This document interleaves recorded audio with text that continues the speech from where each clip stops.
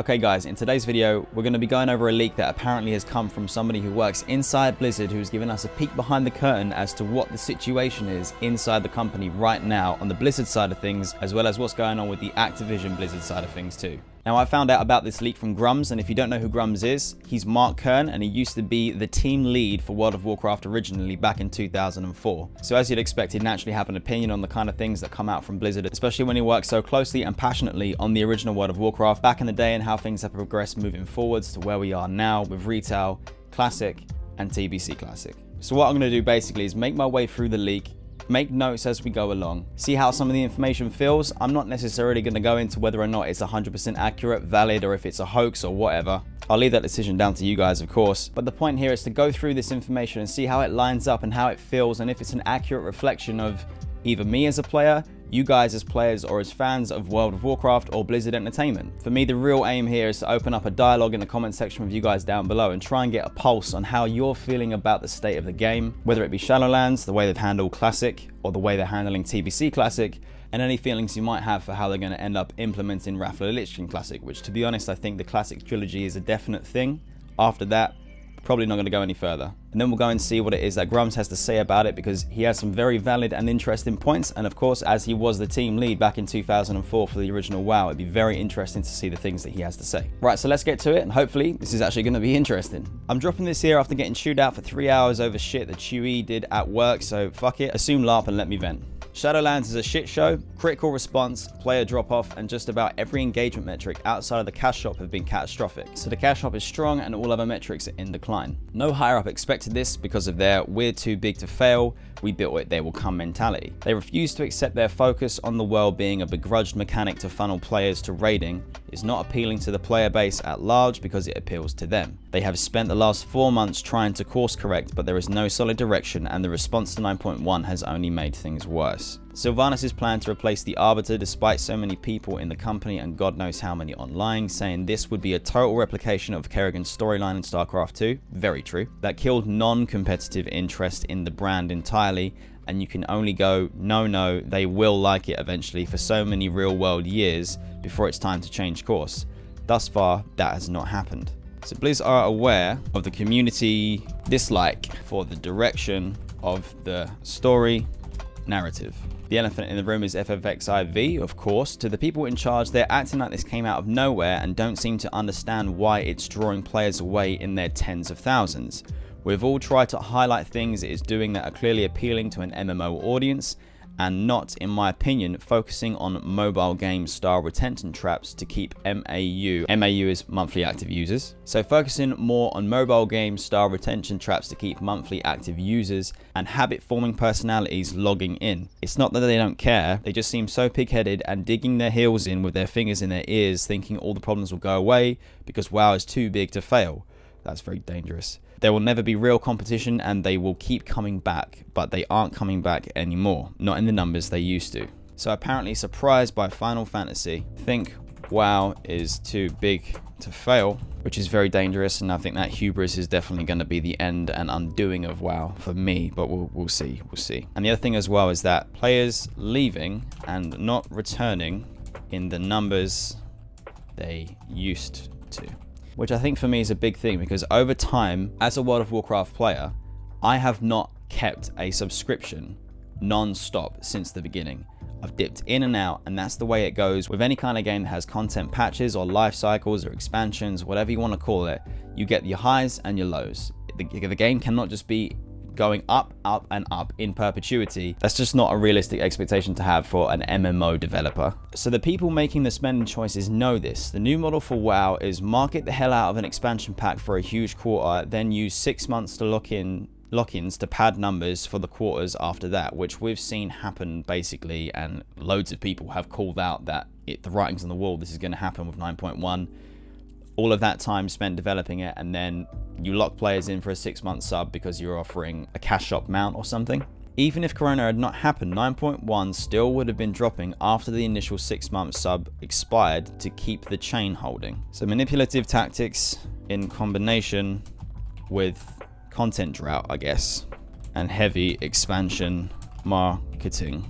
The mood in the company is tense, but also very much, it's just a rough transition period. Activision have been pushing hard for Blizzard to release more regular products and to generate more income per user. As far as I know, this is going to be a transition over the next 5 years to a much larger mobile tablet gaming focus. By all accounts, not just WoW, but Overwatch has intended to be the moneymaker in the interim, but once again, someone has the bright idea to kill a game casual players loved on the altar of esports, hoping for another brood war.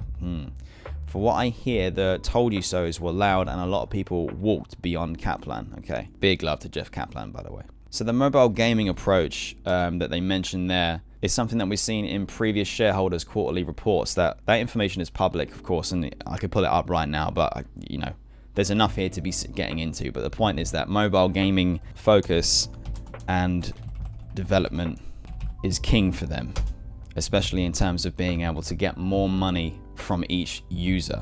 The sentiment that was shared quietly in private but being spoken more often is simply that the leadership at Blizzard are not bad people nor incompetent people, but people who had to fill seats that were left when the old guard jumped ship, whether they were suited for it or not, which is semi-believable, to be honest. Brack is a genuinely good man out of his depth. Eon is a fantastic raid designer, truly is. Put in charge of designing a virtual world he has no interest or real ideas for, and so on. I think that's a little bit unfair to say. I think there's definitely interest for World of Warcraft for him, but in terms of being the ideas man, maybe that isn't him. Maybe that was Metzen. Who, you know, everybody loves to say that, but whether or not that's actually true is very much up in the air. They've been taken from the roles they excel at to be put in positions where they get to do far less of that, purely because there is nobody left with the experience to do so, and the trickle down is a lack of concrete direction, ambition, and focus. People out of their depth in roles, positions within company that are unable to perform that function competently or do their best work. I'd say for me, while that sounds like it's very possible, I also find it incredibly difficult to believe, because the way that a business functions, especially in a corporate level and environment, the simple fact of the matter is that they are able to hire people. They can find people with the experience, they can fill those roles. Whether or not they're actually having troubles filling those roles is a different thing, and that could be intrinsic to the entire rant that this employee is going on. Which, by the way, I'm not like down, you know, I'm not putting the rant down or anything. I'm just saying there's a lot here. There's a lot of unhappiness, and it's not for me to say whether or not it's justified. At the end of the day, if this is your opinion, you absolutely are allowed to air it. But my point being that they can hire people. So people out of their depth in roles or positions within the company that are unable to perform their function competently or do their best work, for me, not sure if true, to be honest. Just because you can hire more people. They have the money and the resources to be able to do that. I just wonder if maybe it's actually transpiring that people don't want to work for Blizzard anymore. Then we've got this image here, which is apparently a report for violating NDA. Unfortunately, it's impossible for me to zoom in on that with any kind of clarity or whatever. So I will have links to all of this stuff in the description if anybody is able to get hold of it or find a higher quality version. Drop a shout in the comments down below. Be interesting to see that. So 2021 has seen the player base, media, and gaming at large turn on WoW to a degree I don't think the leads in their positivity dojo bubble considered possible. It's gone from people going, this is how Blizzard needs to fix WoW, to WoW is no longer salvageable, time for greener pastures. And I think on some level this was never considered as a possibility, so there have never been any major plans beyond the usual try and minimize player drop-off by arranging releases around competitors launching updates or products. The official forums are being filled with talk of Final Fantasy, and worse, why do we actually pay a sub hasn't helped. So they're aware of player negativity towards the game and its direction, but instead of tackling the issue head on with game development and just improving the game, the tactic is to minimize the loss of players and hinder any competition such as other MMOs or products in the same marketplace. So it's not, it ain't broke, don't fix it. It's broke, but let's keep on going at it. It's not really great. There have been some testing the waters lately for certain higher ups. If we can remove the line, no king rules forever. Read into that what you will. I wouldn't read too much into it. I mean that sounds a little bit it just sounds a little bit out of scope to me. And if higher-ups are aware that No King Rules Forever is an incredibly iconic and memeable and definitely applicable now to World of Warcraft as the MMO king, you know, if they're aware of that kind of interaction or that possibility, I can't believe that they are aware of that and have an issue with that. But then if you go and look at some of the previous points that we've just said that they're aware of and are ignoring, it just, to me, that's a little bit of a conflict. For me, that doesn't seem like anything. There are still arguments going on about Kael'thas's voice actor shit show. I don't know much about it, but I know it's heated. Wouldn't be the first time a knee-jerk reaction only seemed to generate bad press. We lost a noticeable amount of PvP engagement after the Swifty thing. This looks like it might actually all be in one. So the Preach interview was treated as a disaster, and there was talk of strongly vetting interviewers for bad actors. Okay. And only engaging with the list of questions Blizzard provides. Some pointed out that this could just be used to create some form of fireside chat akin to the Final Fantasy live letters, but that fell on deaf ears. So Blizzard are aware of publicly made mistakes that have a negative impact on the game. Instead of moving toward a more transparent format and approach, they are opting for a more controlled / they own the narrative approach to media, which isn't really that surprising for me to read or even to just break down and type out. Yeah, of course Blizzard are aware of the public mistakes that they make. It's almost impossible to not be with social media, YouTube, Twitch, Twitter, Facebook, all the posts in all the places, Reddit, etc. Would be shocked if they weren't aware of that. It's just interesting that they go from, I wouldn't say go from bad to worse, but it's just that they are,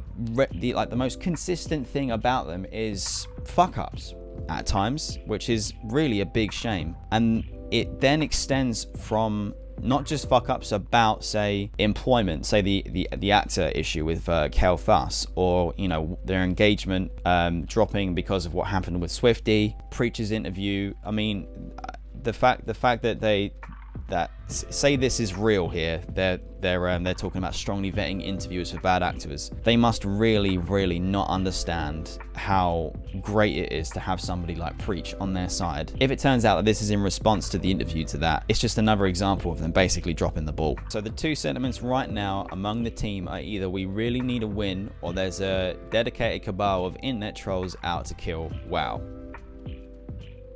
Okay. Right now, we are crunching hard to get 9.2 ready to wrap up the Jailers storyline so we can get an expansion out early 2022.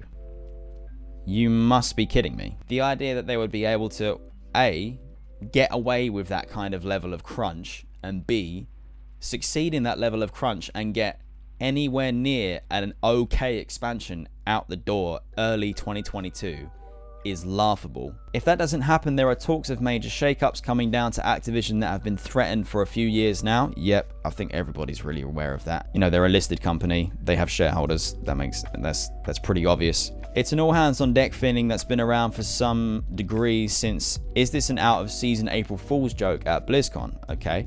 A make or break deadline is coming closer, and things like Diablo 4 were not at all planned before then. Blizzard need a significant win, not just in initial profit, but consumer goodwill. Okay, I need to pause there and just say I don't think there's any need to mention profit here at all. They're not struggling for profit. It's very evident that they're not struggling for profit. This chunk here is something that I'm actually finding quite difficult to unpack and actually believe is real. But so initial profit, but consumer goodwill, that is something that they definitely do need. Nobody likes working at what now the public seem to see as the bad guy of the MMO industry.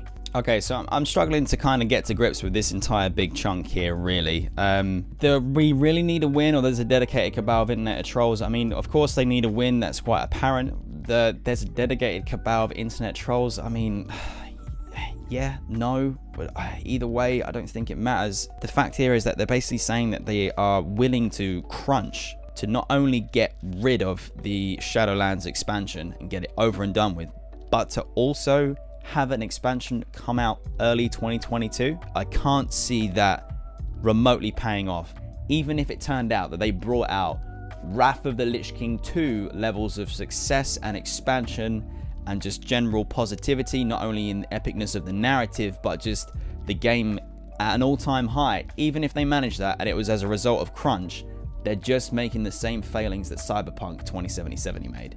There is no way that would ever result in any positive press, which is basically what they're saying they really need right now. Nobody likes working at what the public now seems to see as the bad guy of the MMO industry. So basically prepared to crunch, insane crunch, to get rid of Shadowlands and pump another X-Pack out ASAP 2022.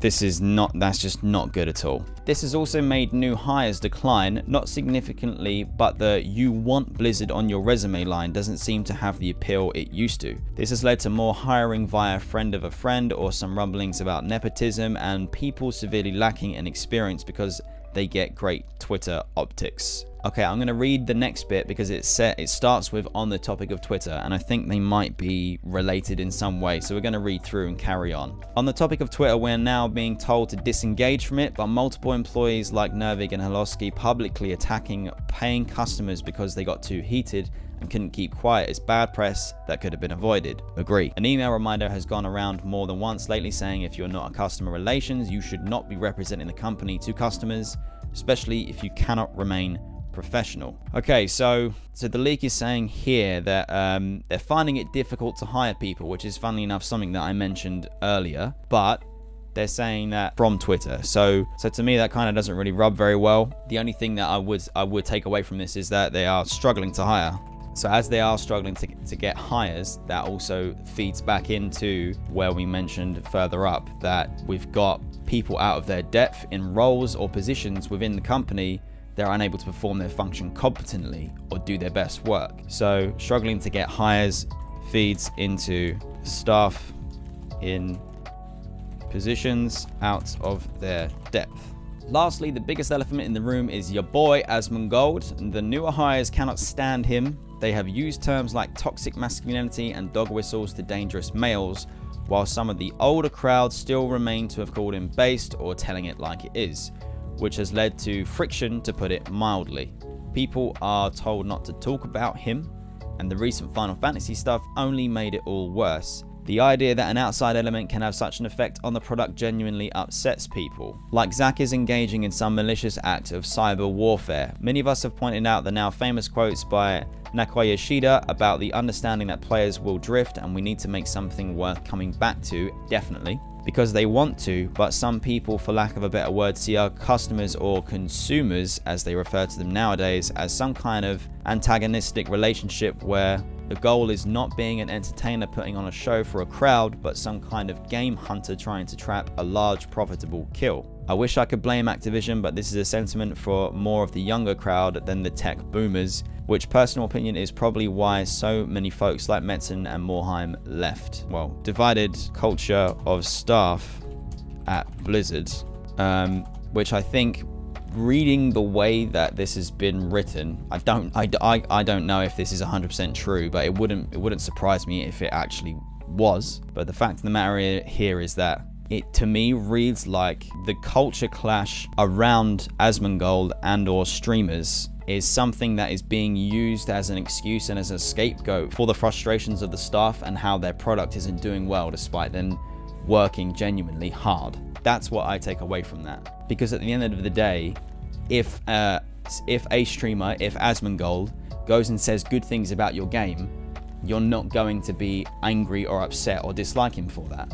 But the fact of the matter is that if somebody is saying something bad about your product and you've put your hard work and time into it, some people are going to have a bit of a hard time reconciling that.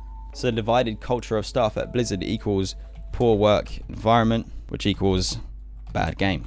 Before you ask, yes, the topic of wokeness has come up in group talks. I was not going to ask. It's not all some grand SJW conspiracy. People really do want to feel welcome and represented. Of course they do. It's normal and natural. However, the "we need everything vetoed by people not working on it to see if it's inoffensive and bland enough" rubs some of us the wrong way. Okay, so like anything in life, you can take something too far and lose sight of the core ideals, and with everything gone on since Blitzchung, it feels like people are forming little factions to pull people in different directions to decide what Blizzard's identity is now, and how to appeal to new players.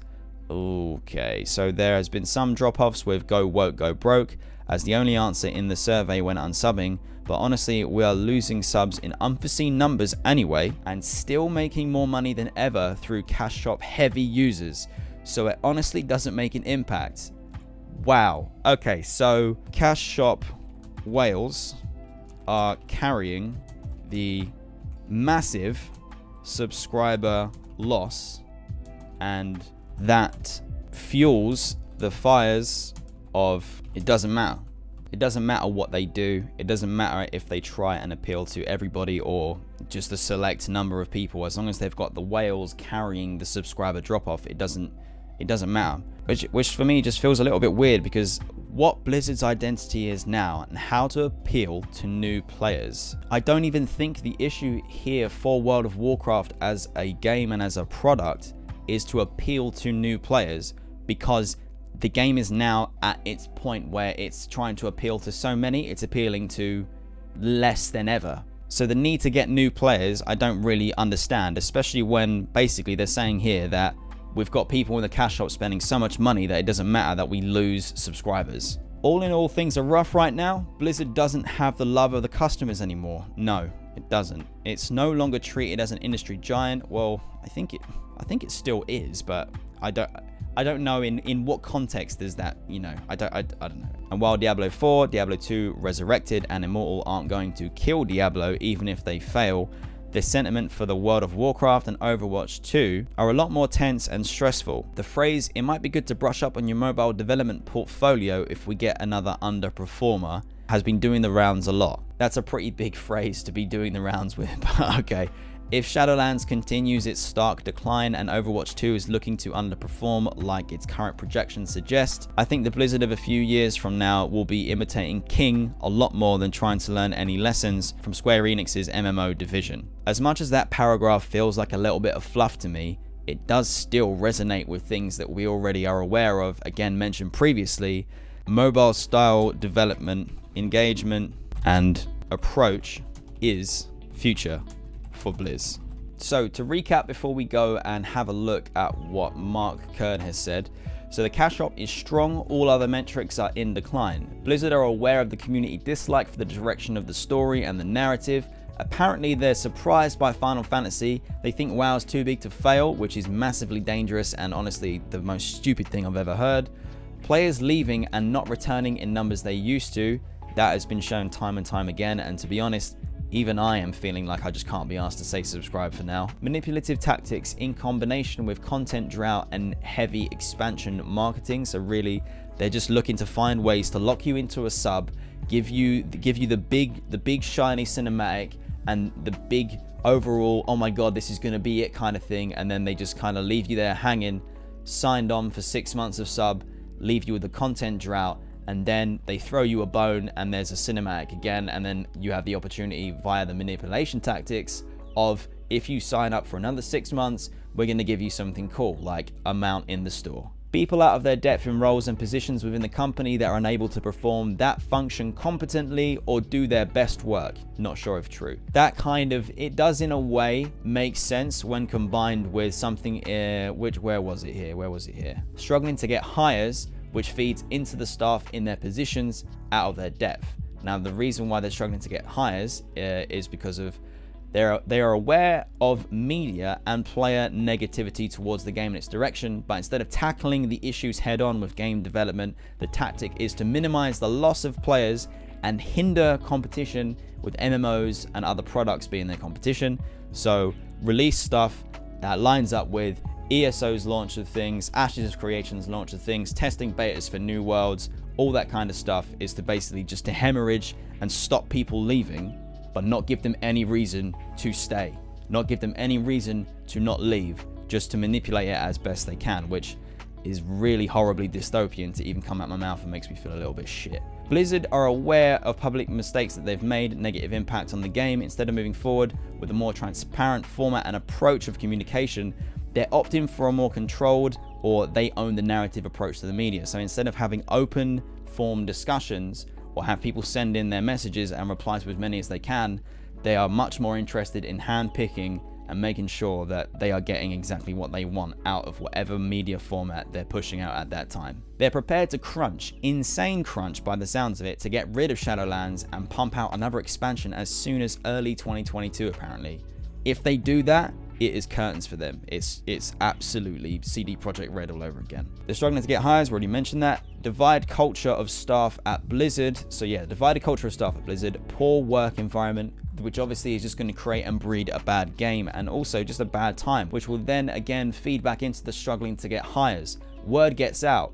People in this industry talk. They have friends. They'll send a message. Dude, I had a shit time at work today. Where do you work? Blizzard. Okay, that makes sense.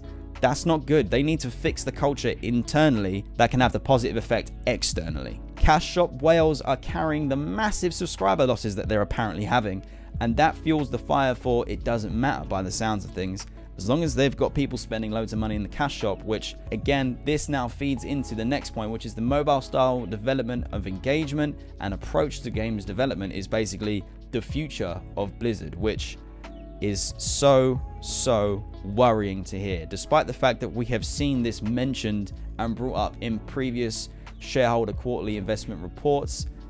You kind of just think surely there's going to be a certain level where they stop that, where they're not going to go too far. But at this point, I have zero doubt in my mind that too far is not going to be far enough for them. So let's have a look at what Mark Kern has to say about it. Again, Mark Kern, head team lead of World of Warcraft 2004, the original. Mark Kern and John Staats, two big players in the original development of World of Warcraft, and I suggest that if you don't know who they are, just brush up on who they are. Buy John Staats' book, by the way, The WoW Dev Diaries, on the shelf behind me. Incredible book, especially for a World of Warcraft fan, but it also shows you just the absolute level of care that the original team had and the kind of worrying feeling that that might not be there anymore. So let's have a look. Supposedly, this is Blizzard's leak about the current state of WoW. It may not be legit, but the attitude described about monetization and how devs view gamers and hate of streamers is true overall in AAA development.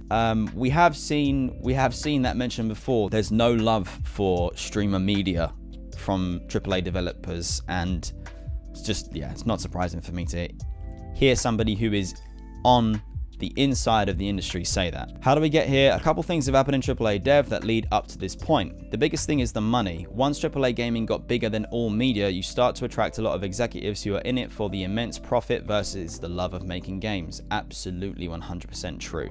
The sharks have come to feed. The change starts at the top and is made worse by game companies going public, because yes, at that point for me, I would say that that's when you've got the media people and marketing people, financial people making the decisions, driving how much freedom developers have to implement new risky and possibly groundbreaking ideas, because they just want to keep that wheel spinning, get that money, keep it rolling in. This starts to flow down to middle management who are starting to make serious cash.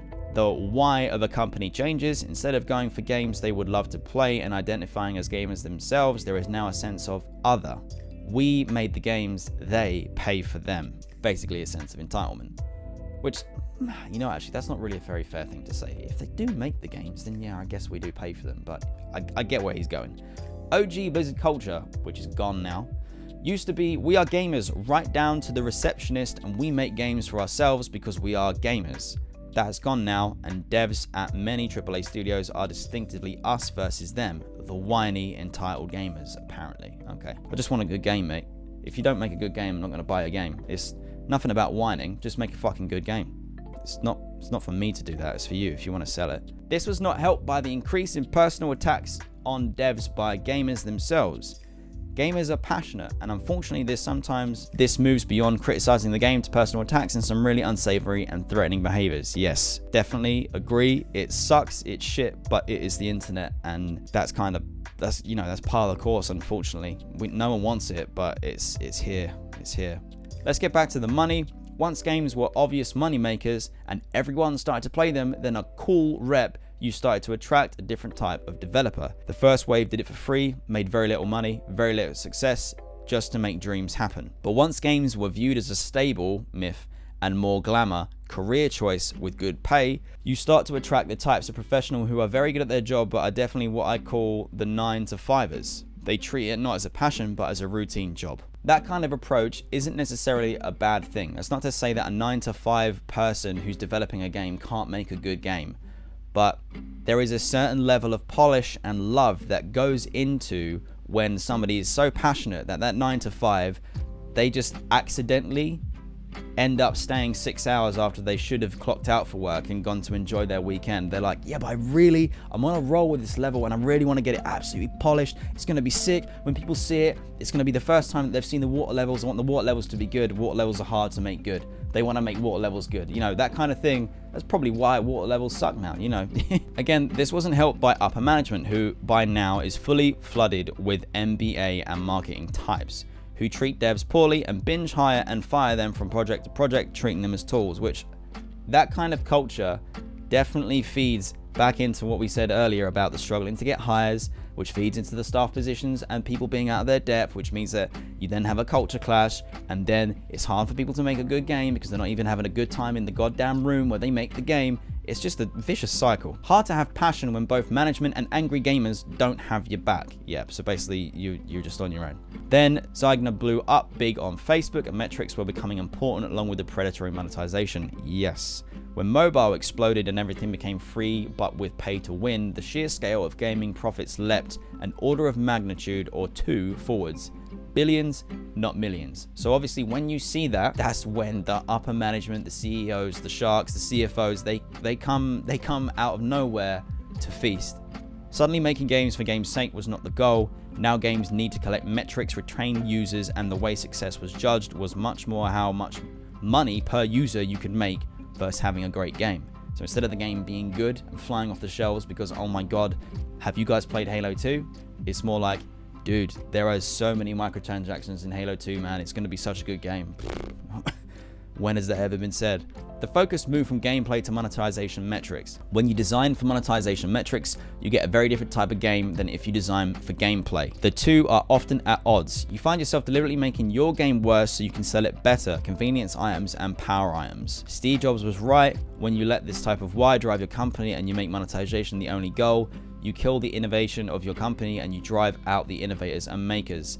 This, I've seen this before, and basically, yeah, like it's true. Well, what happens is, like with John Scully, John came from PepsiCo, and they at most would change their product, once every 10 years. I mean, to them, a new product was like a new size bottle, right? So if you were a product person, you couldn't change the course of that company very much. So who influenced the success of PepsiCo? The sales and marketing people.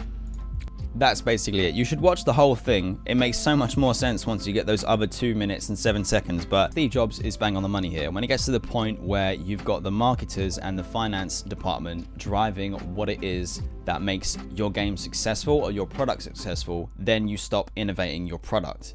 That's pretty much what's happened to World of Warcraft.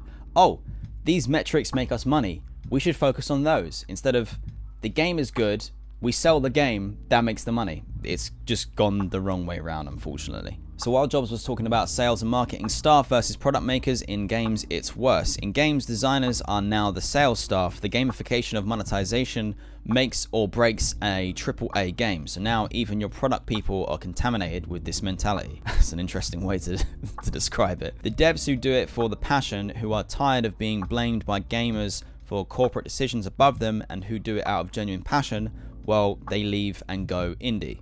Massively. We've seen so many more incredibly groundbreaking indie games in the last few years than ever before. What remains are those who are doing it as a job, one they often hate, and they are not innovators. The arrogance is also real. Steve talks about how you get surprised because you have a monopoly on the market.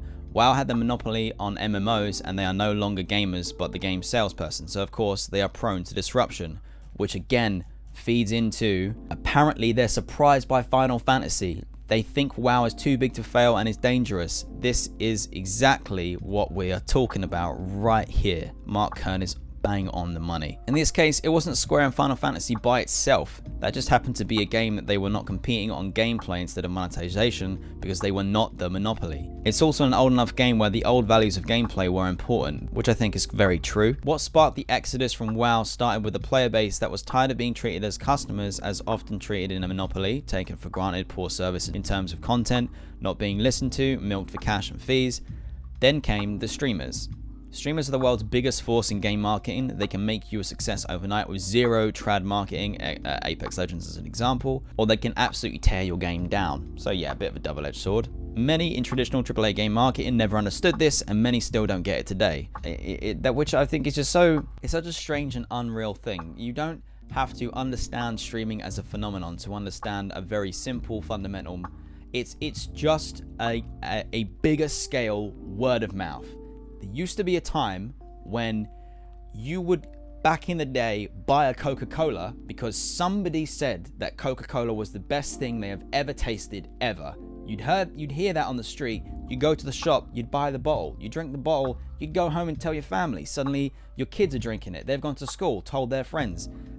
It's the same principle with the internet. It's the same principle YouTube, with streamers, all of that kind of new media. It's just a bigger word of mouth. I don't understand why it's so hard for people to, you don't have to like the media to understand it. I don't like newspapers. I know exactly why newspapers are printed. What does it matter? When streamers were just getting started, I was told by my EA and AAA staff marketing team what a waste it was to do YouTube and Twitch, even though it cost a fraction of ad expenditure. Of course, they were wrong and now curry favor and spend money on Twitch and YouTube, but they don't really understand it. Again, my rant.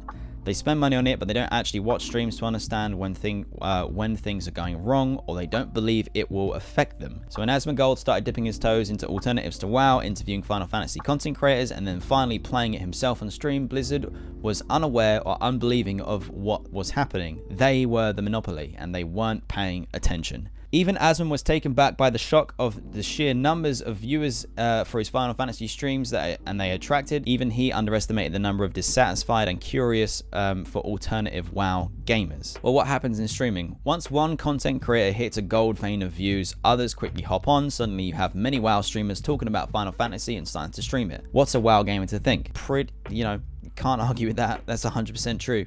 The rest is history. The king is dethroned, an expression of shock in his face. Sometimes you don't need the best product, you just need to be good enough to take advantage of a company that has rested too long on their brand and monopoly to actually change, innovate, and improve. This won't stop. WoW gamers are leaving for good, it's very true. But if the monopoly can wake up and pull out an expansion out as a turnaround as drastic as Square itself did with The Realm Reborn, it can flip it around again. The problem is, Blizzard, you chased all your innovators away. Oh well.